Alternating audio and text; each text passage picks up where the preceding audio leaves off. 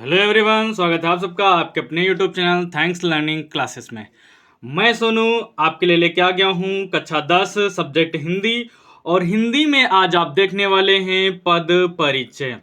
अगर आप भी 2025 बोर्ड पेपर की तैयारी कर रहे हैं तो ये वीडियो आपके लिए है।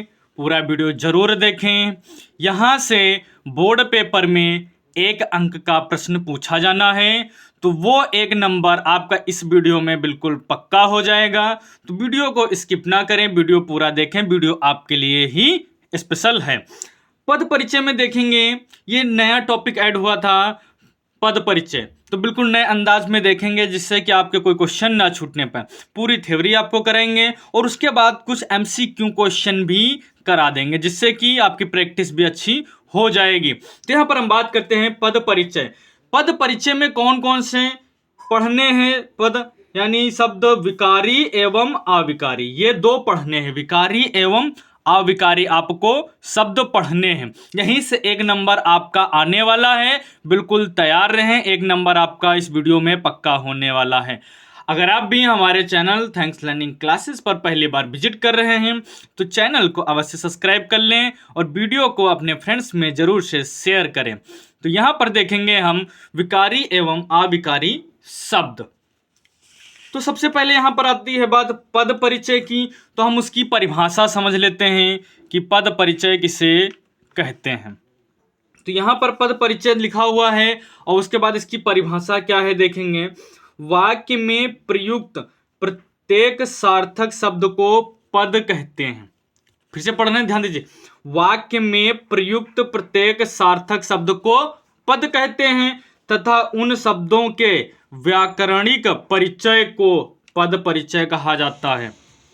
ठीक है, यह है इसकी परिभाषा। यानी जो वाक्य में प्रयुक्त शब्द होते हैं, सार्थक शब्द होते हैं, उनको हम पद कह दिए और उनका जो व्याकरणिक परिचय है उसको हमने क्या कह दिया, पद परिचय कह दिया। जैसे हमारा आपका परिचय होता है वैसे ही क्या है, पदों का परिचय क्या हो गया, व्याकरणिक परिचय को पद परिचय कहते हैं। अब यहां पे हम समझ गए कि पद परिचय किसे कहते हैं। अब देखेंगे पद परिचय में क्या पढ़ना। तो हम इनको कह सकते हैं कि ये पद 2 प्रकार के होते हैं, एक विकारी शब्द, एक अविकारी शब्द। अविकारी शब्द को अव्यय भी कहते हैं। तो यहाँ पर एक एक करके देखने वाले हैं बिल्कुल शानदार तरीके से। यहाँ पर देखेंगे हम सबसे पहले क्या, विकारी शब्द को देख लेते हैं। अगर हम बात करेंगे विकारी शब्द की, तो जिन शब्दों का रूप लिंग, वचन और कारक के कारण परिवर्तन हो जाता है विकारी शब्द कहलाते हैं। जिनके अलग अलग रूप वाक्यों में मिलते हैं वे पद विकारी पद होते हैं। दोनों परिभाषाएं पे याद रख सकते हैं। कहने का मतलब क्या है, जिन शब्दों का रूप लिंग, वचन और कारक के कारण परिवर्तन हो जाता है, यानी उसमें चेंजेस आ जाते हैं, उसको हम क्या कहते हैं, विकारी शब्द कहते हैं। एग्जाम्पल यहाँ पे लिखा हुआ है, आप देख सकते हैं। उदाहरण में हमने लिया है जैसे बूढ़ा, तो बूढ़ा से हम क्या कर लिख सकते हैं, बुढ़ापा भी लिख सकते हैं, बुढ़िया भी लिख सकते हैं। यहाँ पर हम कुछ भी लिख सकते हैं बूढ़ा से, यानी क्या हो रहा है, इसमें हम परिवर्तन कर सकते हैं, इन शब्दों में परिवर्तन कर सकते हैं। आगे देखते हैं। अब यहां पर हम बात करेंगे विकारी शब्द के प्रकार। तो विकारी शब्द 4 प्रकार के होते हैं। कितने प्रकार के होते हैं, 4 प्रकार के होते हैं। कौन कौन है एक एक करके देखते हैं बिल्कुल शानदार तरीके से। पहला आ जाएगा संज्ञा। किसी व्यक्ति, वस्तु, स्थान अथवा भाव के नाम को संज्ञा कहते हैं। आपको बचपन से याद करा दी गई थी परिभाषा, अभी तक याद होगी। जैसे राम, श्याम, कुर्सी, कार, बनारस इत्यादि, ये सब क्या हैं, संज्ञाएं हैं। ठीक है, अगला पॉइंट देखेंगे, बिल्कुल सरल तरीके से, परेशान नहीं होना है, ये 1 नंबर आपका बिल्कुल पक्का होने वाला है। उसके बाद हम यहाँ पर देखेंगे सर्वनाम। तो सर्वनाम की परिभाषा क्या हो जाएगी, संज्ञा के स्थानों पर आने वाले शब्दों को सर्वनाम कहते हैं। यानी जो संज्ञा के स्थान पर शब्द आ जाते हैं उन्हीं को हम सर्वनाम कहते हैं। जैसे वह, तुम, हम इत्यादि। तो संज्ञा कुछ भी हो सकता है, जैसे हमने कहा किसी का नाम लेके यहाँ पर कहा, कोई नाम, एक एग्जाम्पल मान के चल सकते हैं, पंकज कहाँ जा रहे हो, तो पंकज शब्द ना यूज करके हम कह देंगे वह कहाँ जा रहे हैं, ऐसे हम कह सकते हैं। तो कहने का मतलब ये है जब संज्ञा के स्थान पे हम जिन शब्दों का प्रयोग करते हैं उसी को क्या कहेंगे, सर्वनाम कहेंगे। बस इतनी सी बात है, इसको आप याद रखिए। क्रिया, जिन शब्दों से किसी काम के करने या होने का बोध होता है उसे क्रिया कहते हैं, यानी इससे पता चलता है कोई काम हो रहा है कि नहीं। जैसे पढ़ना, जाना, बैठना, ये सब क्या है, क्रियाएं हैं। उसके बाद हम देखेंगे विशेषण। तो संज्ञा या सर्वनाम शब्दों की विशेषता बताने वाले शब्दों को विशेषण कहते हैं। जैसे बुद्धिमान, गोरा, मूर्ख, ये सब क्या हैं, विशेषण हैं। ये शब्दों की विशेषता बता रहे, कैसे शब्दों की, संज्ञा या सर्वनाम शब्दों की विशेषता बता रहे हैं, इसीलिए क्या है, विशेषण है। आगे देखते हैं। अब यहां पर नंबर 2 पे आ गए हैं अविकारी शब्द, या इसको हम कहते हैं अव्यय। जिन शब्दों के रूप लिंग, वचन और कारक आदि के कारण परिवर्तित नहीं होते हैं उन्हें अविकारी शब्द कहते हैं। अविकारी शब्द अपरिवर्तनीय शब्द हैं, इसमें परिवर्तन नहीं किया जा सकता है। ऐसे शब्द जिनमें कोई भी बदलाव नहीं आता और जो प्रत्येक दशा में एक जैसे रहते हैं उन्हें अविकारी शब्द कहते हैं। यानी ऐसे शब्द में कोई भी बदलाव नहीं किया जा सकता है, उनको हम अविकारी शब्द कहते हैं। विकारी शब्द जिसमें हम बदलाव कर सकते हैं, अविकारी शब्द जिसमें हम बदलाव नहीं कर सकते। आपको ये पॉइंट बिल्कुल याद रखना है। जैसे यहां पर उदाहरण लिया हुआ है, यहां पर है घोड़ा धीरे धीरे चलता है। तो यहां पर देख सकते हैं धीरे धीरे लिखा है। हम धीरे धीरे को धीरे धीरे ही लिख सकते हैं और कुछ नहीं लिख सकते हैं। धीरो धीरो नहीं लिख सकते हैं, धीरू धीरू नहीं लिख सकते हैं। कहने का मतलब क्या है कि ये ऐसे शब्द है जिसमें हम परिवर्तन कर ही नहीं सकते हैं। धीरे धीरे को हम धीरे धीरे ही पढ़ सकते हैं। उसके बाद क्या है, वह अचानक चला गया। तो अचानक का अचानक ही रहेगा, अचानक को नहीं कर सकते हैं, ठीक है। तो कहने का मतलब ये है इन शब्दों में हम परिवर्तन नहीं कर सकते हैं। तो जैसे इन शब्दों में हम परिवर्तन नहीं कर सकते हैं तो क्या हो गए, अविकारी शब्द हो गए। अब देखेंगे इसके बारे में कुछ और है। धीरे धीरे व अचानक शब्द क्रिया विशेषण हैं और इनको धीरू धीरू या अचानक को नहीं लिखा जा सकता। वही है जो भी हमने बताया। यह शब्द किसी भी लिंग या वचन में आए एक जैसे रहेंगे, इनमें परिवर्तन नहीं हो सकता है, इनको हम कहेंगे अविकारी शब्द। यहां तक समझ में आ गया होगा उम्मीद है। उसके बाद देखेंगे अविकारी यानी कि अव्यय शब्द के प्रकार। ये शब्द भी 4 प्रकार के होते हैं। जैसे विकारी शब्द 4 प्रकार के थे तो ये शब्द भी 4 प्रकार के होते हैं। इन्हें अव्यय भी कहा जाता है। पेपर में प्रश्न पूछ लिया गया था तो आपको याद रखना है, इन्हें अव्यय भी कहा जाता है। अब पहला यहां पर है क्रिया विशेषण। जो अविकारी शब्द क्रिया की विशेषता बताते हैं उन्हें क्रिया विशेषण कहते हैं। जैसे वह धीरे धीरे चलता है, अंकित इधर आ रहा है। तो क्रिया विशेषण क्या है, जो विशेषता बताते हैं। तो धीरे धीरे देखो विशेषता पता चली, वह धीरे धीरे चलता है तो धीरे धीरे यहां पता चला। अंकित इधर आ रहा, किधर आ रहा, इधर। तो जो अविकारी शब्द क्रिया की विशेषता बताते हैं, ठीक है। इसमें चलना की विशेषता क्या है, धीरे धीरे। इसमें आना की विशेषता यहाँ पे क्या चले, इधर। तो जो अविकारी शब्द क्रिया की विशेषता बताते हैं उन्हें क्रिया विशेषण शब्द कहते हैं। अगर बात करेंगे क्रिया विशेषण शब्द के तो इनके प्रकार होते हैं। तो यहाँ पे देखेंगे क्रिया विशेषण के भेद। क्रिया विशेषण के 4 भेद होते हैं। 1 नंबर में आना है तो उसी के हिसाब से हम टॉपिक को लेके चल रहे हैं। तो जैसे कि यहाँ पर है रीतिवाचक क्रिया विशेषण। रीतिवाचक क्रिया विशेषण में क्रिया कैसे हुई ये पता चलता है। कालवाचक क्रिया विशेषण में क्रिया कब हुई ये पता चलता है, यानी काल यानी समय का बोध होता है। स्थानवाचक क्रिया विशेषण क्रिया कहाँ हुई ये पता चलता है। परिमाणवाचक क्रिया विशेषण क्रिया कितनी हुई ये इसमें पता चलता है। तो एक क्रिया विशेषण के 4 भेद हैं, आप इनको जरूर से याद कर लें। उसके बाद अगर हम बात करते हैं संबंध बोधक, जो शब्द संज्ञा या सर्वनाम शब्दों से संबंध स्पष्ट करें उन्हें संबंध बोधक कहते हैं। जैसे पेड़ के नीचे गाय खड़ी है।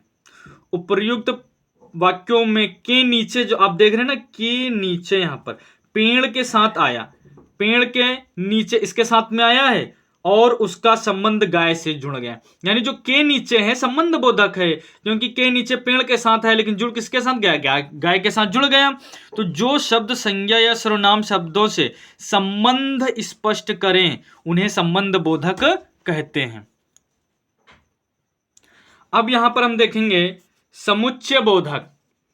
दो शब्दों, वाक्यांशों या वाक्यों को परस्पर जोड़ने वाले अविकारी शब्द समुच्चय बोधक अव्यय कहलाते हैं। जैसे उसने परिश्रम किया किंतु प्रथम ना आ सका। यहां पे किंतु क्या है?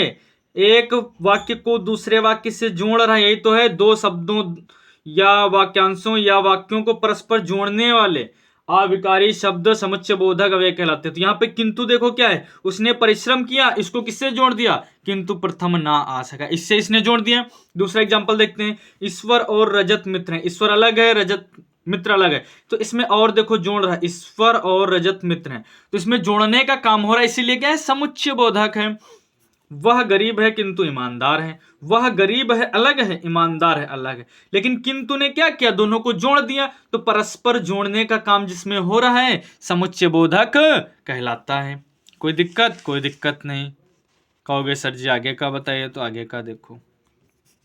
विस्मयादि बोधक। विस्मयादि बोधक देखते हैं, जो अव्यय हर्ष, घृणा, शोक, भय, आश्चर्य आदि मनोभावों को व्यक्त करते हैं उसे विस्मयादि बोधक अव्यय कहते हैं। हर्ष, घृणा, शोक, भय, आश्चर्य आदि मनोभावों को जहां पर व्यक्त किया जाता है उसे विस्मयादि बोधक अव्यय कहते हैं। चलिए एग्जाम्पल देखेंगे, बहुत अच्छे एग्जाम्पल आपके लिए हैं। हाय, अब वह नहीं रहा। तो यहां पर देखिए विस्मयादि बोधक का चिन्ह लग गया है, अचानक से हो रहा है, या कह सकते हैं शोक भी प्रकट हो रहा है, आश्चर्य काम भी हो रहा है। तो हाय, यहां पर क्या? विस्मयादि बोधक का चिन्ह लग गया। जहां पर भी ये चिन्ह दिख जाए आप लगा दीजिए बिल्कुल विस्मयादि बोधक, बिल्कुल राइट हो जाएगा। उसके बाद देखेंगे अरे, यहां पर देखो चिन्ह लगा है, तुम कब आए? अरे, अचानक से, है ना? तो यहां पर क्या है? विस्मयादि बोधक चिन्ह लगा हुआ है, इससे आप पहचान जाएंगे कि विस्मयादि बोधक की बात हो रही है, तो आपको बिल्कुल राइट कर देना है। अगर वीडियो पसंद आ रहा है तो वीडियो को लाइक करते चलें, भूलें ना, कोई कंजूसी आपको नहीं करनी है। 2025 में अगर आपको एक अच्छा रिजल्ट लाना है तो थैंक्स लर्निंग क्लासेस को जरूर सब्सक्राइब करना है। अब देखेंगे पद परिचय से कुछ एमसीक्यू आपके लिए लेके आए हैं। इन एमसीक्यू को देखेंगे अच्छे से और इनका आंसर करने का प्रयास करें। पहला प्रश्न है, बिल्कुल शानदार तरीके से है, निम्न में विकारी शब्द कौन से हैं? क्रिया, विशेषण, संबंध बोधक, विस्मयादि बोधक, तत्सम, तद्भव, देशस, विशेषस, संज्ञा, सर्वनाम, विशेषण, क्रिया। इनमें से कोई नहीं। विकारी शब्द की बात हो रही है तो अभी आपने पढ़ा क्या? संज्ञा, सर्वनाम, विशेषण, ये वाला हो जाएगा। अगर आपने भी सी ऑप्शन करेक्ट किया है तो बिल्कुल राइट करेक्ट किया है, बिल्कुल सही जा रहे हैं आप। उसके बाद हम देखेंगे तो यहाँ पर दूसरा आ जाएगा, निम्न में विकारी शब्द कौन सा है जिसका हम क्या कर सकते हैं? शब्द परिवर्तन कर सकते हैं, उसी को तो विकारी शब्द कहते हैं। तो परंतु का तो हम परंतु ही रखेंगे और कुछ कर ही नहीं सकते हैं। यथा का यथा ही रखेंगे और कुछ कर ही नहीं सकते हैं। आज का तो हम आज ही रखेंगे और कुछ चेंज नहीं कर सकते। लड़का का लड़के जरूर हो सकता है। तो क्या हो जाएगा? सी ऑप्शन बिल्कुल राइट हो जाएगा, ये इसमें विकारी शब्द है। अगला देखेंगे, अविकारी शब्द होता है। अभी हमने बताया अविकारी शब्द को और किस नाम से जानते हैं? तो अव्यय के नाम से जानते हैं। तो अव्यय बी ऑप्शन बिल्कुल राइट हो गया। यहां पर देखेंगे प्रश्न नंबर 4, अव्यय यानी अविकारी शब्दों के कितने भेद होते हैं? अभी हमने आपको बताया है 4 होते हैं, तो 4 पे टिक कर दीजिए, कोई प्रॉब्लम नहीं। प्रश्न नंबर 5 पे हम आते हैं, निम्नलिखित में से विकारी शब्द कौन सा है? तो विकारी शब्द जिसको हम दूसरी टाइप से लिख सकते हैं, इधर का इधर ही रहेगा, उधर का उधर ही रहेगा, यहाँ का यहाँ ही रहेगा, हम कुछ लिख ही नहीं सकते। हाथी का हम जरूर और कुछ कर सकते हैं, हाथियों कर सकते हैं, और कुछ हम इसका बना सकते हैं। तो इसीलिए ए ऑप्शन बिल्कुल राइट हो जाएगा। जिनमें हम परिवर्तन कर सकते हैं वो सब विकारी शब्द होते हैं, बिल्कुल दिमाग में बात बैठा लीजिए। अब यहां से देखेंगे पद किसे कहते हैं? अभी हमने आपको परिभाषा बताई है, वाक्य में आने वाले शब्द को पद कहते हैं, तो यही सही हो जाएगा। प्रश्न नंबर 6 का ए सही हो गया। प्रश्न नंबर अगर 7 की बात करते हैं तो ये रहा प्रश्न नंबर 7। पद परिचय किसे कहते हैं? वाक्य में आए हुए पद का व्याकरणिक विश्लेषण ही पद परिचय कहलाता है। ये भी अभी हमने तो बताया है आपको। तो प्रश्न नंबर 7 का ए ऑप्शन बिल्कुल राइट हो जाएगा। अगर प्रश्न 8 की बात करते हैं, श्याम प्रतिदिन खेल खेलता है, वाक्य में प्रतिदिन का पद परिचय बताइए। तो इसमें हो जाएगा क्रिया विशेषण। क्या हो जाएगा? क्रिया विशेषण। खेलना प्रतिदिन, आप जोड़ सकते हैं खेलना प्रतिदिन, तो क्रिया विशेषण हो जाएगा।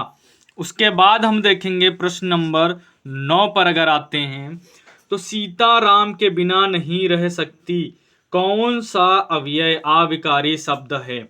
सीता राम के बिना नहीं रह सकती, यानी इसमें संबंध पता चल रहा है तो संबंध बोधक हो जाएगा।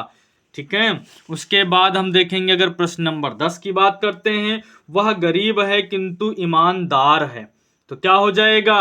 शब्द को जो जोड़ते हैं समुच्चय बोधक होता है, तो सी ऑप्शन बिल्कुल राइट हो जाएगा। प्रश्न नंबर 11 है और इस सेशन का लास्ट प्रश्न है। प्रश्न नंबर 11 है, सर्वनाश हो गया वाक्य है। तो हमने कहा था अगर आपको विस्मयादि बोधक का चिन्ह दिख जाए तो लगा देना, विस्मयादि बोधक बिल्कुल सही हो जाएगा। तो ये बिल्कुल इंपॉर्टेंट क्वेश्चन थे। कितने? ये क्वेश्चन हो गया आपके 11 MCQ क्वेश्चन। तो इनको जरूर से आप तैयार करें। वीडियो कैसा लगा आप कमेंट करके हमें बताएंगे तो बहुत अच्छा लगेगा। और किस टॉपिक पे अगर आप बताएंगे वीडियो चाहिए आपको, तो हम उसको जल्दी से जल्दी आपके लिए लेके आएंगे और आपका 2025 का एक रिजल्ट शानदार और बेहतर आएगा। तो चैनल को सब्सक्राइब करना ना भूलें। वीडियो अच्छा लगा है तो ही लाइक करें। मिलते हैं फिर नेक्स्ट और धमाकेदार वीडियो में। जय हिंद।